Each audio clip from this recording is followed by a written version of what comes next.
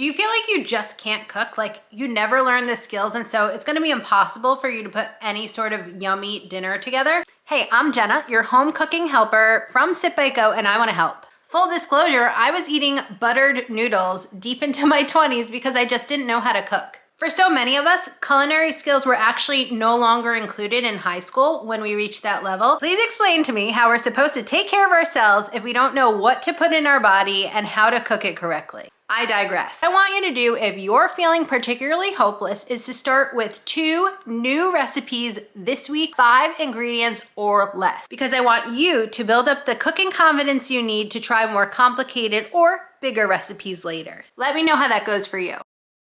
I totally understand that a lot of people are not cooking new recipes or trying to feed their family any better because they're afraid of wasting ingredients. And as someone who had to sit at the table for literally an hour after dinner until everything was cleared from my plate, there's so much trauma some people have about wasting ingredients. So I'm hoping you start out with some baby steps. One thing you can do is go shop your pantry before you go grocery shopping. Recently, my pantry shelves were literally falling down. I found a plethora of new ingredients, or new to me ingredients. These gave me the basis for my next grocery shopping trip. Do you have a big can of tomatoes? Make some pasta sauce from scratch. Did you find a bag of rice you don't even know how to use? Rice is such a staple ingredient. My family makes so many meals based off of rice. You're gonna feel better about trying new ingredients from the store and spending money on them if you're saving money by shopping your pantry first.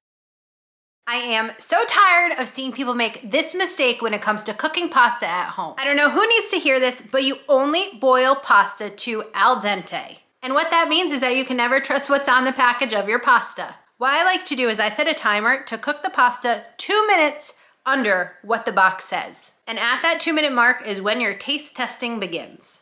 My husband thinks it's really weird that I eat kind of raw pasta, but usually it's actually done at this time or super close. Al dente means that there's a little bit of bite to it, but it's not completely mushy and it's not all soggy and nasty. And as soon as it's al dente, I want it getting strained, I want it out of that water, and I hope your sauce is ready because it's time for it to go in.